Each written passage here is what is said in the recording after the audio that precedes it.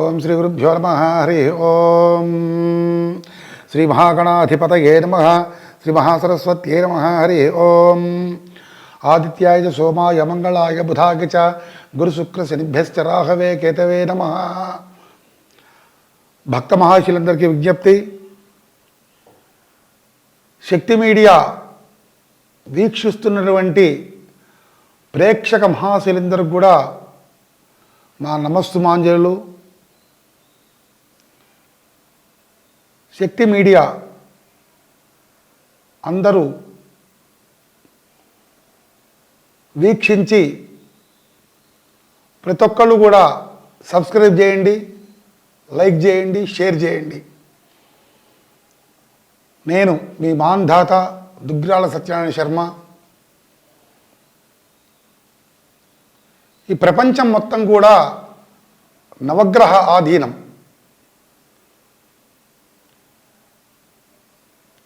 ప్రతి విషయంలోనూ కూడా నవగ్రహాలు ఎంత ప్రాముఖ్యత వహిస్తాయో అట్లనే చాలా విశేషంగా కూడా యోగిస్తాయి.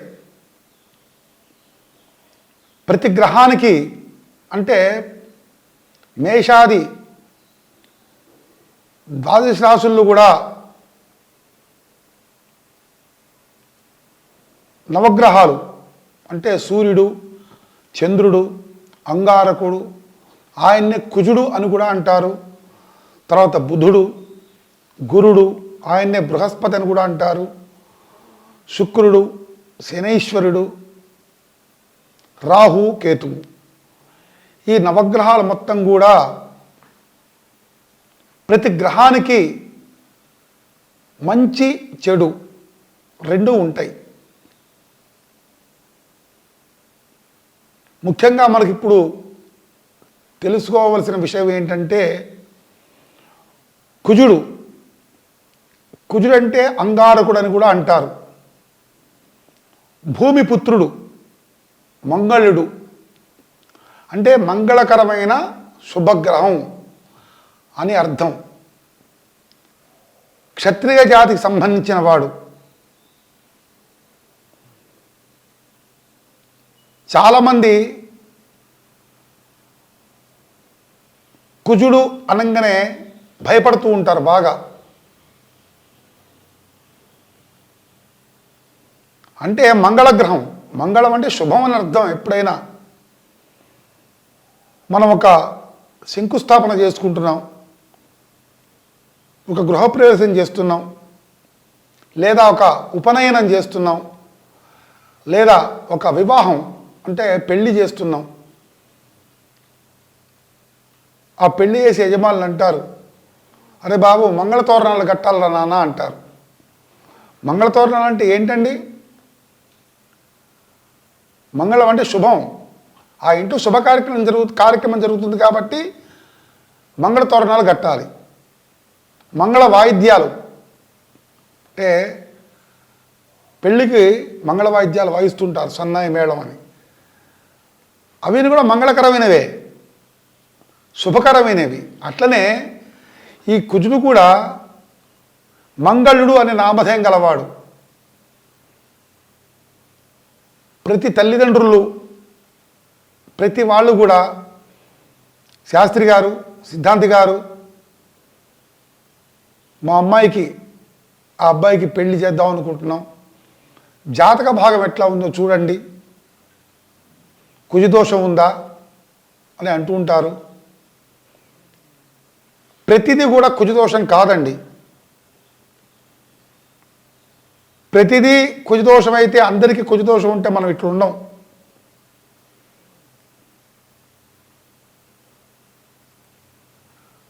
ప్రతి మగవాడి జీవితంలోనూ ఆడవాళ్ళ జీవితంలోనూ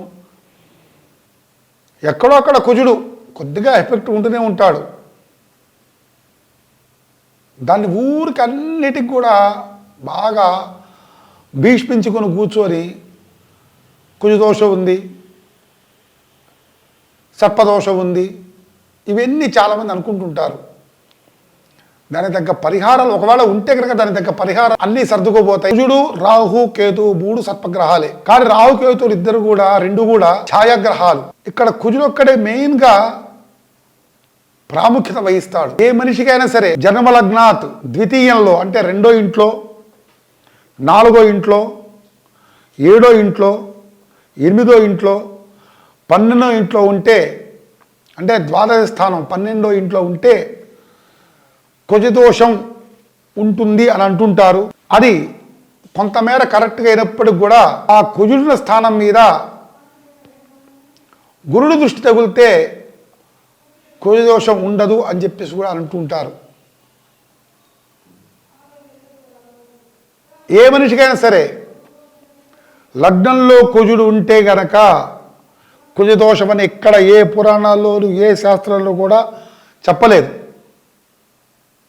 లగ్నంలో కుజులుంటే మేషం, వృషభం, మిథునం, కర్కాటకం, సింహం, కన్యా, తుల, వృశ్చికం, ధనుస్సు, మకరం, కుంభం, మీనం ఈ 12 రాశుల్లో కూడా ఏ రాశిలో ఉన్నా కూడా కుజుడు లగ్నంలో కూడా అదే ఉంటే ఆ లగ్నం అక్కడ కుజుడు ఉంటే కుజదోషం అని చెప్పలేదు. ఎక్కడ కూడా ఏ శాస్త్రాలు కూడా చెప్పలేదు.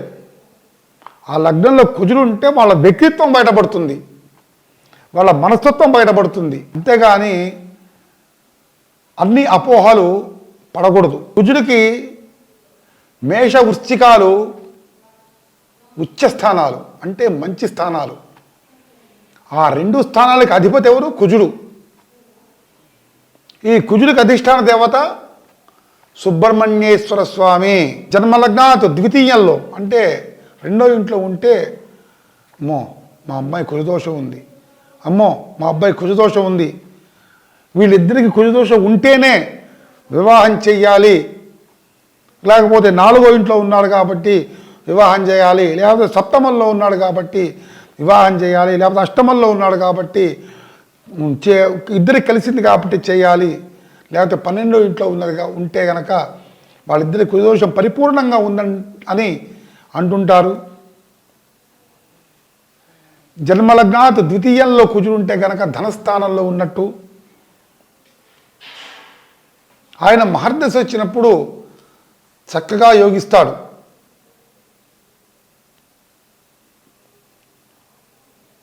మేష వృశ్చికాలకి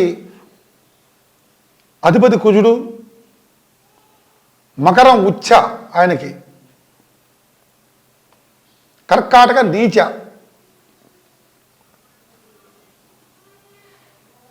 ఒక్క కుజదోషాన్నే పరిగణలోకి తీసుకోకూడదు వివాహం కావటానికి. కుజ శుక్రులు కలిసినా కూడా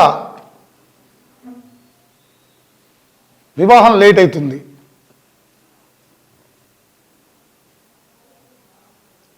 శుక్రుడు భోగలాసమైన జీవితాన్ని గడిపేటట్టుగా చేసే గ్రహం శుక్రగ్రహం బ్రాహ్మణ జాతికి సంబంధించింది. అదే కుజగ్రహం క్షత్రియ జాతికి సంబంధించింది. కుజ శుక్రుడు కలిస్తే ఖచ్చితంగా వివాహం లేట్ అవుతుంది, ఆలస్యం అవుతుంది. చాలామంది నా దగ్గరికి వస్తుంటారు, స్వామి మా అబ్బాయికి పెళ్లి కాలేదు, మా అమ్మాయికి పెళ్లి కాలేదు, ఎందుకు కావట్లేదు ఏంటి? ఇట్లా ఉందమ్మా, కుజశుక్రుడు కలిసి ఉన్నారు, కుజశుక్ర సాంగత్యం పనికిరాదు, అందువల్ల వివాహం అవుతుంది అంటే దానికి పరిహారాలు ఏంటి? ఉంటాయి పరిహారాలు. కుజుడి సంఖ్య 7000 మహర్షులు నిర్ణయించింది, మనం నిర్ణయించింది కాదు.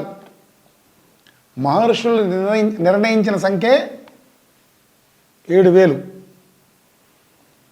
కానీ పరిపూర్ణమైన కుజదోషం ఉంటే గనక 7000 చాలుతుందండి జప సంఖ్య? చాలదు. ఖచ్చితంగా 7 × 4 అంటే 28,000 ఖచ్చితంగా కుజుడికి జపం జరగాల్సిందే. తర్వాత అధిదేవత 2800, ప్రత్యదేవత 2800. ఇట్లా చేసి సుబ్రహ్మణ్యేశ్వర స్వామికి ఏదే కుజదోషం ప్రబలంగా ఉంటే గనక సుబ్రహ్మణ్య స్వామి జపం కనీసం 1,00,000 సంఖ్య తగ్గకుండా జపం చేసినట్టుంటే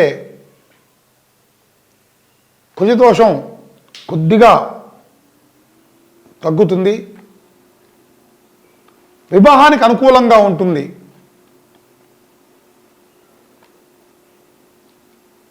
ఎక్కువగా వివాహ సంబంధాలు పొంతన చూసేటప్పుడు మగపిల్లవాడి జీవితంలో జాతకంలో, ఆడపిల్లవాడి జీవితంలో జాతకంలో రెండు కలిపి పొంతన చూస్తున్నప్పుడు కుజదోషాన్ని పరిగణించాలంటే, లెక్క వేసి చేయాలంటే ఖచ్చితంగా సప్తమ కుజుడు 7వ ఇంట్లో ఉంటే కుజుడు దోషకారి.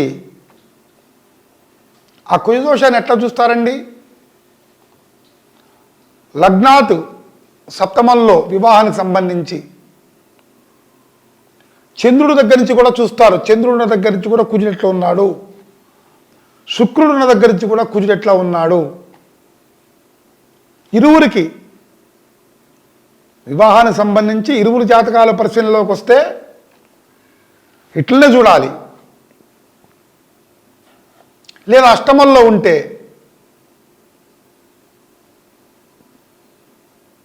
అది కూడా తర్వాత కుజదోషం గురించి పురాణాల్లో శాస్త్రాలు చెప్పాడు. మేషానికి వృశ్చికానికి చతుర్థ కుజుడు, వృషభతులకు వ్యయ కుజుడు, మిథున కన్యలకు ద్వితీయ కుజుడు, మకర కర్కాటకాలకు సప్తమ కుజుడు, ధనుర్మీనాలకు అష్టమ కుజుడు, కుంభసింహాలకు కుజు ఎక్కడున్నా కూడా దోషం లేదని పూర్వులు అంగీకరించున్నారు. కానీ కుజుడు సప్తమంలో ఉంటే మహాదోషమని విశ్వసించే వాళ్ళు కూడా ఉంటారు ఖచ్చితంగా. ఈ కుజదోషం ఎట్లా ఏర్పడుతుంది ఈ పిల్లగాళ్ళకి అంటే, వెనకటి కాలంలో మన తల్లిదండ్రులైనా, తాత నాయనమ్మలైనా, తాత అమ్మమ్మలైనా ఏదో ఒక నాగదోషం చేసుంటేనే అది తరతరాలుగా వచ్చి కుజదోషంగా ఏర్పడుతుంది. అంటే ఒక దేవతా సర్పాన్ని చంపడం ద్వారానో, లేకపోతే ఆ పుట్టకు సంబంధించి వల్మీకం అంటే పుట్ట, ఆ పుట్టకు సంబంధించిన అక్కడ ఏమైనా ఇబ్బందులు కలగజేస్తే అయినా అట్లా ఏర్పడుతుంది కుజదోషం. చాలామందికి మేము చెప్పాం, ఎన్నో జాతకాలు చూసాం.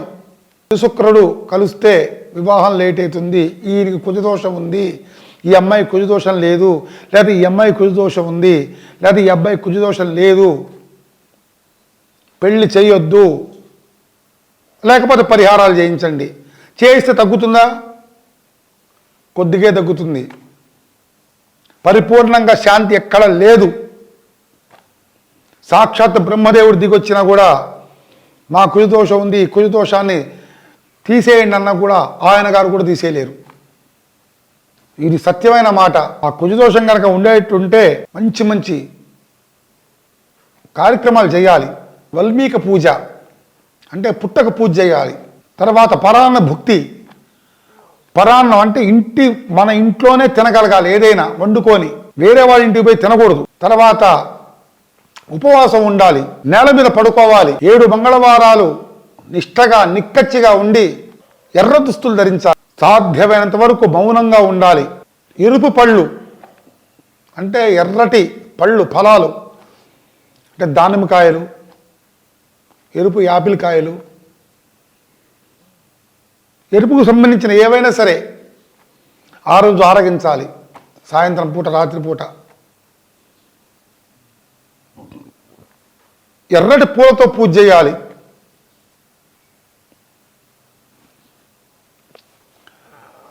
సుబ్రహ్మణ్య స్వామి కనుక పూజ చేస్తే కొంత బాధ కొద్దిగా శాంతి పడ్డా కూడా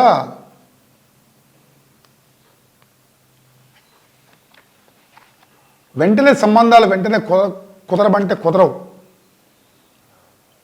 వాళ్ళిద్దరి కనుక పరిపూర్ణమైనటువంటి దోషప్రయుక్తంగా ఉంటే ఖచ్చితంగా వివాహం జరిగి తీరుతుంది.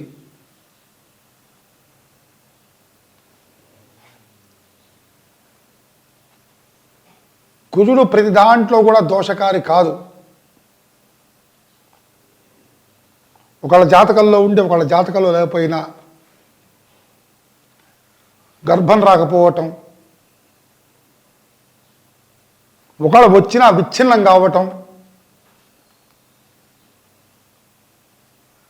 స్త్రీ మూలక సమస్యలు, స్త్రీలు పడే బాధలు, ఇవన్నీ కూడా ఉత్పన్నమవుతూ ఉంటాయి. అటువంటి దోషం లేని వాళ్ళకి గనక వివాహం అయితే చక్కగా 100 ఏళ్ళు చక్కగా బ్రహ్మాండంగా ఉంటారు. ఏమాత్రం కూడా కొద్దిగా దోషపూరితమైనా కూడా ఊరిక ఏదో ఒక విషయంలో చిన్న గొడవ పెట్టుకొని చిలికి గానవానై ఎడబాటుకు కూడా కారణం కావచ్చు. భార్యాభర్తల ఎడబాటుకు కూడా కారణం కావచ్చు.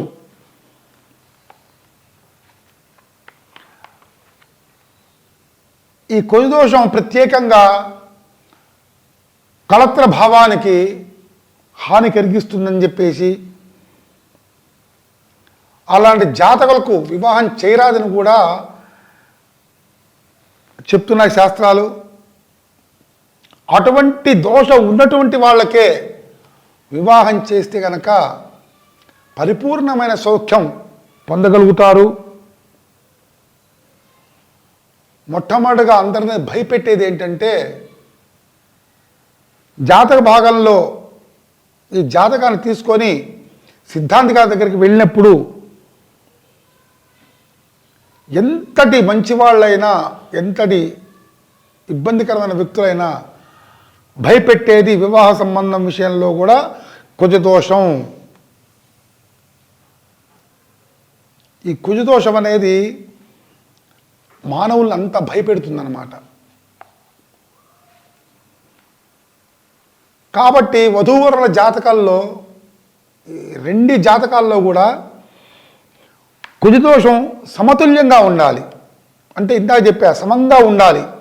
ఏమాత్రం కూడా తేడా వచ్చినా కూడా ఇబ్బందికరం జరుగుతుంది. అట్లా ఉంటేనే వివాహం చేయొచ్చు అని చెప్పి కూడా అన్ని శాస్త్రాలు కూడా అంగీకరిస్తున్నాయి కూడా. ముఖ్యంగా సప్తమ కుజుడిని పెట్టి చెప్పుకోవాలంటే శుభాశుభాలన్నీ కూడా ఆ సప్తమ స్థానమైన ఆ రాశిని బట్టే ఉంటాయి. కర్కాటక ధనుర్మీనాలు సప్తమాలే కనుక అక్కడ కుజుడు ఉంటే శుభకరుడే కానీ దోషకారి కాదు. తులా వృషభాలు సప్తమాలై అక్కడ కుజుడు ఉంటే భార్యాభర్త ఇద్దరు కూడా అన్యోన్యంగా ఉంటారు. కాబట్టి ప్రతిదీ కూడా కుజదోషం అనుకోవటం చాలా తప్పు. మంచి మంచి విజ్ఞుల చేత, మంచి మంచి వేద పండితుల చేత, మంచి మంచి సిద్ధాంతుల చేత కుజుడిని ఎక్కడ ఉన్నాడు, ఏమిటి, ఏం చేస్తాడు, ఇరువురు జాతకాల్లో మంచిగా ఉన్నాడా, ఉంటే ఎట్లా ఉంటాడు, లేకపోతే ఏం ఫలితం ఇస్తాడు, అటువంటి పరిశీలన చేసుకొని వివాహం చెయ్యాలి. ప్రత్యేకంగా వివాహానికనే కాదు, కుజుడు ఇబ్బందికరమైన సంఘటనలు కలగజేయటంలో కూడా దిట్ట.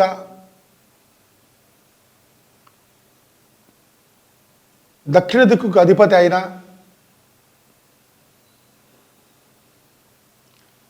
ఎరుపు వర్ణం అంటే బాగా ఇష్టం. ఏదైనా మనం కొన్ని విషయాల్లో తప్పు జరిగినప్పుడు ఆ సమయంలో కుజుడు ఇబ్బందికరమైన ఇబ్బందికరంగా ఉంటే గనక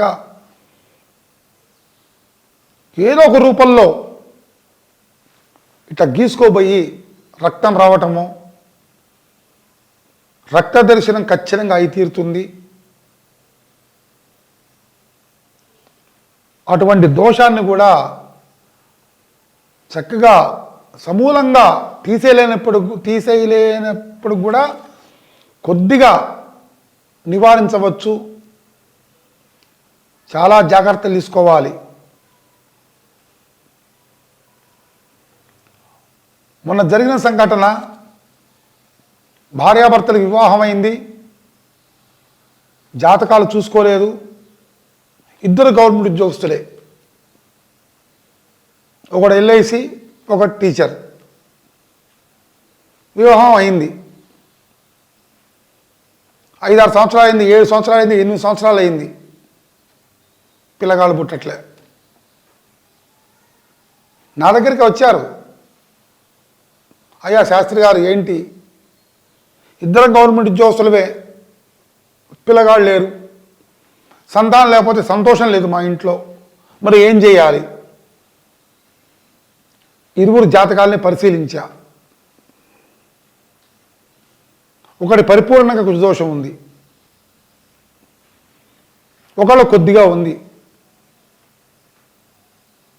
అందుకనే నేనే బాధ్యత వహించి ఒక 5 బ్రాహ్మణుల్ని, వేద పండితులు తీసుకోపోయి చక్కగా కుజమంత్రం,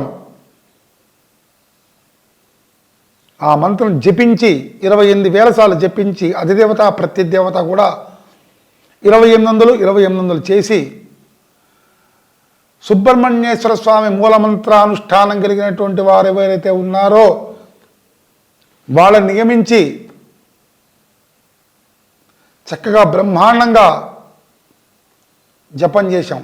వారం రోజులు, 7 రోజులు చేశాం. పిల్లగాళ్ళు కావాలనుకున్నారు కాబట్టి, సంతానం కావాలనుకున్నారు కాబట్టి 2 అరటిపళ్ళు తీసుకొని, ఆ సుబ్రహ్మణ్యుడి స్వామి పడగ ఇట్లా ఉంటుంది, వెండి సర్పం తీసుకొని, పాలతో అభిషేకం, వర్జనల ఆవు పాలు, పెరుగు, తేనె, నెయ్యి, పంచదార, పంచామృతంతో అభిషేకం చేయించి, పంచామృతాలతో అభిషేకం చేయించి శుభ్రంగా ఆ ప్రతిమని కడిగేసి, తర్వాత మంచి గంధం నీళ్లు, ఆ నీళ్లతో అభిషేకం చేసి సుబ్రహ్మణ్యేశ్వర స్వామి అష్టోత్తరం చదివి, ఈ 2 అరటిపళ్ళు నైవేద్యం పెట్టినవి ఏం చేయాలండి? వాళ్ళు తినాలా? కాదు. చిన్న చిన్న పిల్లగాళ్ళు ఉంటే గనక చాకుతో కూడా కట్ చేయకుండా ఆ పొట్టు తీసి చేత్తోని తుంపి ఆ పిల్లగాళ్ళకి పెట్టాలి.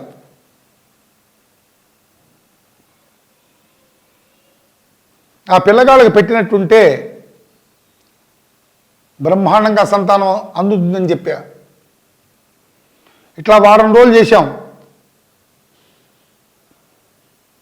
ఒక 30 డేస్ 40 డేస్ మధ్యలో వాళ్ళిద్దరికీ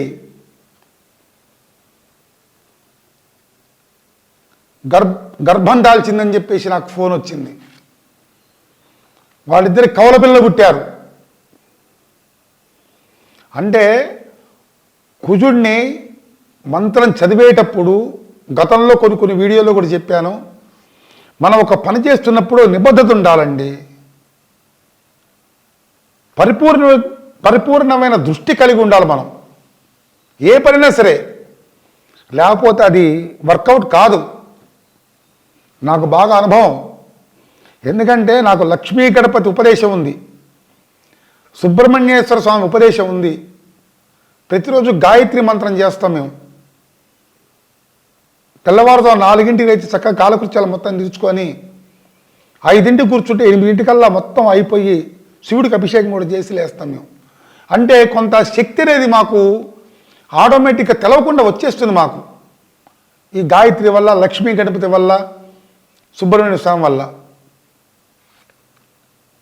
ఈ శక్తిని కొద్దిగా భక్తులకు దారపోయటం అంటారు.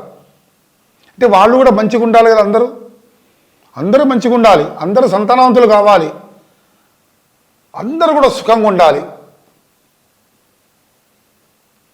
వాళ్ళు ఇప్పటికీ అంటారు నాతో, అయ్యా మీరు చేయబట్టే మాకు ఇట్లా సంతానం కలిగింది. ఇప్పుడు ఒకడు బీటెక్, ఒక అమ్మాయి ఎంటెక్. అంటే వాళ్ళు మర్చిపోలే మమ్మల్ని, మేము కూడా మర్చిపోలే. ఎందుకంటే చేసిన పనిలో నిబద్ధత ఉండాలి. ఒకటే దృష్టి. భగవంతుడు 2 కళ్ళు ఇచ్చాడు. ఈ 2 కళ్ళు ఒక కళ్ళు చేసి చూడాలి. అంటే భృగోర మధ్యలోంచి చూడాలి, ఇక్కడి నుంచి. అంటే ఈ 2 కళ్ళు కలిసి ఒకే కళ్ళుగా చేసి ఆ యొక్క దృష్టి ఏదైతే ఉందో, ఏదైతే పని చేస్తున్నామో, ఏదైతే మనం కార్యక్రమం నిర్వహించదలుచుకున్నామో, చేస్తున్నామో దాని మీద దృష్టి పెట్టగలగాలి. అప్పుడు పరిపూర్ణమైన ఫలితం వస్తుంది. ఇది మేము చాలా చేసి చూసాం, చేసి చూపిస్తాం కూడా. కాబట్టి ప్రతి దాన్ని కూడా కుజదోషం అనుకొని భ్రమపడద్దు ఎవరు కూడా. మీకేమైనా సమస్యలున్నా కుజుడు వల్ల, రాహు వల్ల, కేతు వల్ల ఏమైనా సమస్యలుంటే ఈ వీడియోలో కింద నా నెంబర్ ఉంటుంది, ఫోన్ చేయొచ్చు, లేకపోతే వాట్సాప్ చేయొచ్చు. మంచి ఫలితాలను చూపించి మీకు మిమ్మల్ని సంతృప్తి పరిచే బాధ్యత మాది. ఇది కుజదోషం యొక్క ఫలితం. సర్వే జనా సుఖినో భవంతు. ఓకే గురుగారు, ఇప్పుడు మనం మంగళసూత్రంలో కూడా మనం మన ఎరుపు కలర్ది, నలుపు కలర్ది, వైట్ కలర్ది మనం చూస్తాం. ఈ ఎరుపు కలర్ అనేది మన కుజుడికి సంబంధించిందేనా? ఎరుపు కలర్ ఎప్పుడు కూడా కుజుడికి సంబంధించిందే. అట్లా నలుపు కలరు ఒక దిష్టి తగులుతూ ఉంటుంది మనకు. కొద్దిగా కొంతమంది ముఖ కవళికలు అందంగా ఉంటారు, తర్వాత మగవాళ్ళు అందంగా ఉంటారు, ఆడవాళ్ళు అందంగా ఉంటారు, క్లారిటీగా ఉంటారు. కాబట్టి ఈ యొక్క పూసలు అనేవి మంగళసూత్రాలకి పక్కన పూసలు గుచ్చుకుంటారు. చిన్నపిల్లగాళ్ళకి చేతికి కడతారు నల్ల పూసలు, అవి దిష్టి పూసల్లాగా ఉంటాయి. అట్లనే వీళ్ళు కూడా ఎరుపు, ముత్యం ఒకటి, నలుపు ఒకటి వేసుకుంటారు. ఎరుపు ఎప్పుడు కుజుడికి సంబంధించిందే, ఖచ్చితంగా కట్టుకొని తీరాల్సిందే వాళ్ళు. అది ఉంటేనే శుభకరం ఎప్పుడైనా. ఇప్పుడు మళ్ళీ ఇంకోటి, మన జ్యోతిష్యులు వచ్చేసరికి మనకి పగడం అనేది కూడా ఇస్తారు. ఆ పగడం కూడా అది మన కుజగ్రహానికి సంబంధించింది. కుజగ్రహానికి పగడం సంబంధించింది అయినప్పటికి కూడా ప్రతి వాళ్ళు పగడం పెట్టకూడదు. అది రివర్స్ ఏంటంటే మన జీవితానికి డేంజర్. ఎవరైతే పెట్టుకోవచ్చు పగడం, ఎవరైతే పెట్టుకుంటే కుజదోషం పరిపూర్ణంగా ఉన్న వాళ్ళు పెట్టుకోవాలి. కుజుడు చిత్తా నక్షత్రం వాళ్ళు పెట్టుకోవాలి. చిత్తా నక్షత్రం వాళ్ళు ఖచ్చితంగా అది పగడం పెట్టుకొని తీరాల్సిందే వాళ్ళు. అప్పుడే మంచిగా ఉంటుంది వాళ్ళకి. తర్వాత మృగశిర నక్షత్రం వాళ్ళు పెట్టుకోవచ్చు. తర్వాత